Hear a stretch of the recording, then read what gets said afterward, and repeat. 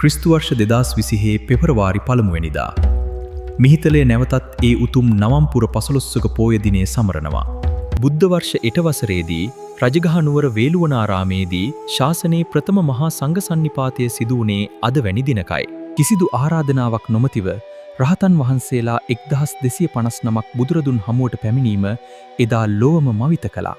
සැරියුත් සහ මුගලන් මහ රහතන් වහන්සේලාට අග්‍ර ශ්‍රාවක තනතුරු පිරිනැමුණේද අද වැනි උතුම් නවම් පෝ දිනකදී. අද වැනි දිනක බුදුරජාණන් වහන්සේ සංඝයා වහන්සේලාට ඕවාද ප්‍රාතිමෝක්ෂය දේශනා කරමින් සැබෑ භික්ෂු විනය පෙන්වා දුන්නා.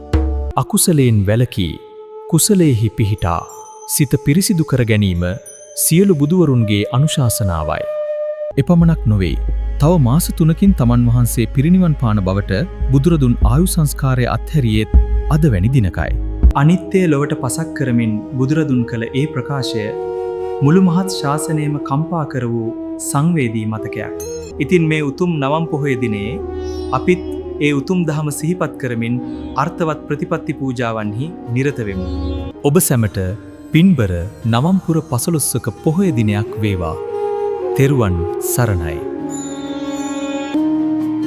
නවම් මහේ පින්බර පුන් සඳපායා වේ